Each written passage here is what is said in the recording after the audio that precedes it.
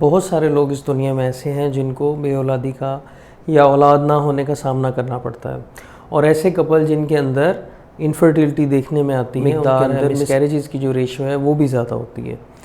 पहले ये तसव्वुर किया जाता था कि मिसकैरेजेस के अंदर जो है अमूमी तौर पर फ़ीमेल्स का ज़्यादा रोल होता है। फ़ीमेल्स के या तो अंडे अगर अच्छे ना बने, या फिर बच्चादानी में कोई प्रॉब्लम हो, बच्चादानी की साख्त के अंदर कोई ऐसी तब्दीली आ जाए जिसकी वजह से अंडा वहाँ पर या बच्चा वहाँ पर नहीं ठहरता।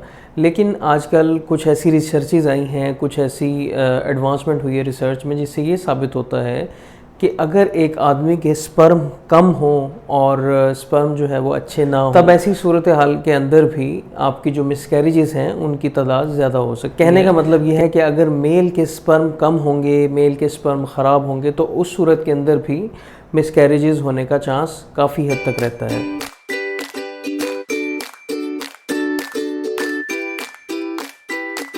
अस्सलाम वालेकुम, welcome to Eurodocs with doctor Haris. मेरा नाम डॉक्टर मोहम्मद सिद्दीक हारिस है और मैं एक कंसल्टेंट यूरोलॉजिस्ट हूँ। आज हमने डिस्कस करना है कि क्या मेल सीमन जो है, मर्दाना जरासीम है, सीमन है, इसका मिसकैरेजेस से कोई लेना देना है या नहीं। अमूमी तौर पर जब भी बच्चे की पैदाइश होती है तो 50% जो DNA है या इंफॉर्मेशन है वो वालिद से आती है, और 50% जो है वो एग की सूरत में फ़ीमेल से आती है। ये दोनों मिलकर फिर ज़ाइगोट एम्ब्रियो बनाते हैं, और उसके बाद एम्ब्रियो जो है या वो इसके बाद जो एम्ब्रियो है वो यूट्रस की या बच्चेदानी की वॉल के साथ चिपक जाता है।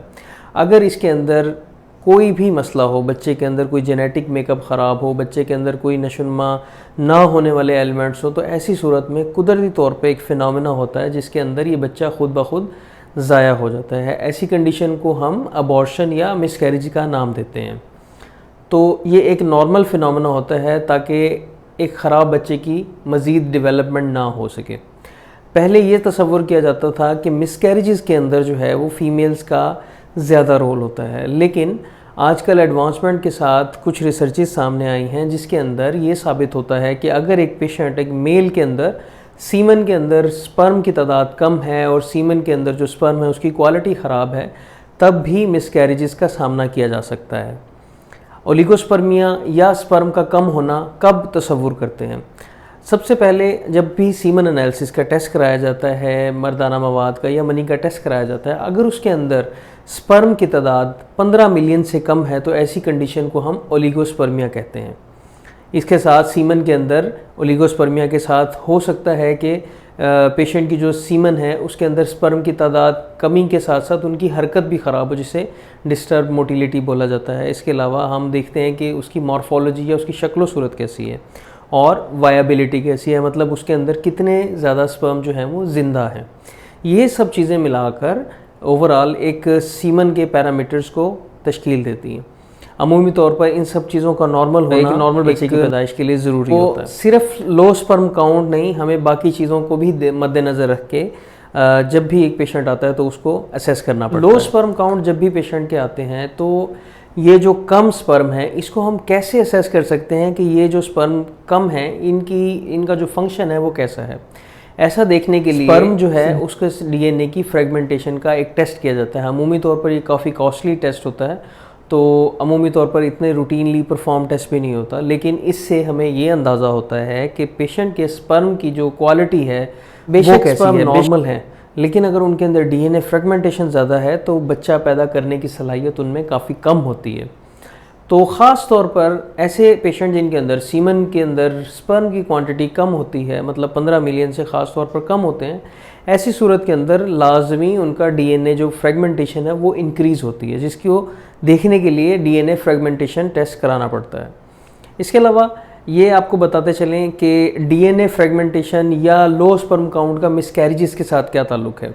अमूमी तौर पर जब भी पेशेंट को लो स्पर्म काउंट होता है तो ऐसी सूरत के अंदर जो लो स्पर्म काउंट वाले पेशेंट होते हैं उनके अंदर DNA फ्रेगमेंटेशन बहुत ज़्यादा होता है। या तो पहली बात है कि बच्चा पैदा नहीं होता, और अगर बच्चा पैदा हो जाता है तो उसके अंदर मुख्तलिफ मसाइल होते हैं, या तो उसके अंदर एन्यूप्लॉइडी होती है, या वो बच्चा जो है वो अच्छे तरीके से चिपकता नहीं है बच्चादानी के अंदर, मुख्तलिफ किस्म के मसाइल हो सकते हैं जिसके नतीजे में अबॉर्शन का सामना करना पड़ता है। इस सिलसिले के अंदर काफ़ी ज़्यादा रिसर्चेस भी आती हैं जो बताती हैं कि लो स्पर्म काउंट के अंदर डीएनए की फ्रेगमेंटेशन के साथ साथ जो उसके अंदर क्रोमैटिन मटीरियल होता है वो भी ख़राब होता है, जिसके अंदर डीएनए की इन्फॉर्मेशन है वो काफ़ी ज़्यादा ख़राब हो जाती है, जिसके नतीजे में बच्चा जो है वो सही तरीके से डेवलप नहीं होता और मिसकैरेज या अबॉर्शन होने का चांस काफ़ी हद तक मौजूद रहता है। अब बात आ जाती है कि अगर आपको सीमन एनालिसिस के अंदर लो स्पर्म काउंट आ जाता है तो क्या इसको ट्रीट हम कर सकते हैं? जी हाँ, डेफिनेटली इसको ट्रीट किया जा सकता है। पहले जब भी आपका सीमन एनालिसिस के अंदर स्पर्म की जो क्वांटिटी है वो कम आती है तो आपने यूरोलॉजिस्ट से मिलना है। यूरोलॉजिस्ट मज़ीद असेस करेगा कि इसकी क्या वजह हो सकती है। इसका अगर हार्मोन से कोई ताल्लुक है तो वो हार्मोनल इम्बैलेंस को ट्रीट करेगा। अगर इसके साथ कोई वेरिकोसील का रिलेशन है तो वो वेरिकोसील की सर्जरी करेगा।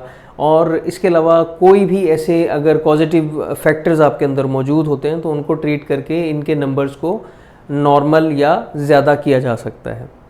इसके अलावा अक्सर पेशेंट पूछते हैं कि लो स्पर्म काउंट आ रहा है मेरी सीमन के अंदर, इससे कैसे मैं बच सकता हूँ, या एक ऐसे कपल जिसके अंदर बार बार मिसकैरेजेस हो रहे हैं उसको हम कैसे प्रिवेंट कर सकते हैं। कुछ चीज़ें हैं जो पेशेंट खुद से करता है, जैसे अगर आप स्मोकिंग करते हैं तो स्मोकिंग आप किसी भी हाल में एक्सेप्टेबल नहीं है, आपको स्मोकिंग क्विट करनी पड़ेगी, आपको स्मोकिंग छोड़नी पड़ेगी। इसके अलावा अगर आप तंबाकू किसी भी सूरत में इस्तेमाल करते हैं उसको आपने छोड़ना होगा, चाहे आप तंबाकू को चबाते हैं या बीड़ा इस्तेमाल करते हैं, कोई भी चीज़। इसके अलावा अगर आप शराब नोशी करते हैं तो शराब नोशी से आपको गुरेज करना पड़ेगा। इसके अलावा आपको चाहिए कि आप रेगुलर अपना हेल्दी लाइफस्टाइल अपनाएं, अपनी डाइट अच्छी करें, अपनी डाइट से प्रोसेस्ड फूड को कम से कम कर दें, फ्रूट्स लें, बैलेंस डाइट लें जिसके अंदर सैलड भी हो, फ्रूट्स भी हों, नट्स भी हों, मतलब बादाम अखरोट हो, ये सारे नट्स भी अवेलेबल हों। ये सारी चीज़ें मिलकर एक आपको जो ओवरऑल आपकी स्पर्म की हेल्थ है उसके लिए बहुत ज़्यादा ज़रूरी है। अगर आप ऐसा करेंगे तो होपफुली आपकी जो स्पर्म है उनकी तादाद भी बढ़ेगी और उनकी क्वालिटी भी। मज़ीद एंड पे मैं एक बात बताता चलूँ कि जब भी किसी पेशेंट को बच्चा नहीं हो रहा तो बहुत ज़्यादा स्ट्रेसफुल कंडीशन होती है। इसके अलावा अगर एक पेशेंट को बच्चा हो जाए और बार बार मिसकैरेजेस हो रही हों तो पेशेंट बहुत ज़्यादा स्ट्रेस में होते हैं, बहुत ज़्यादा परेशान होते हैं। और जाहिर है ये एक फ़िज़िकल प्रॉब्लम नहीं है, ये एक साइकोलॉजिकल प्रॉब्लम भी होती है, काफ़ी ज़्यादा स्ट्रेसफुल कंडीशन होती है दोनों पार्टनर्स के लिए। तो जैसे मैंने बताया कि रिसर्चेस में अब शामिल हो गया है कि मेल फैक्टर भी मिसकैरेजेस के अंदर इन्वॉल्व हो सकता है। इन केस अगर आपकी मिसेस जो हैं वो अगर गायनेकोलॉजिस्ट से इलाज करा रही हैं और वो सजेस्ट करती हैं कि आप अपने हस्बैंड को भी लाजमी एक यूरोलॉजिस्ट से मिलें तो लाजमी अपना चेकअप करवाएं। और अगर खुदा न खास्ता आपकी सीमन के अंदर कोई भी मसाइल फौरी तौर पर पिक हो जाएं, डायग्नोज हो जाएं और उसका इलाज हो सके ताकि आप बहुत जल्द साहिब औलाद हों।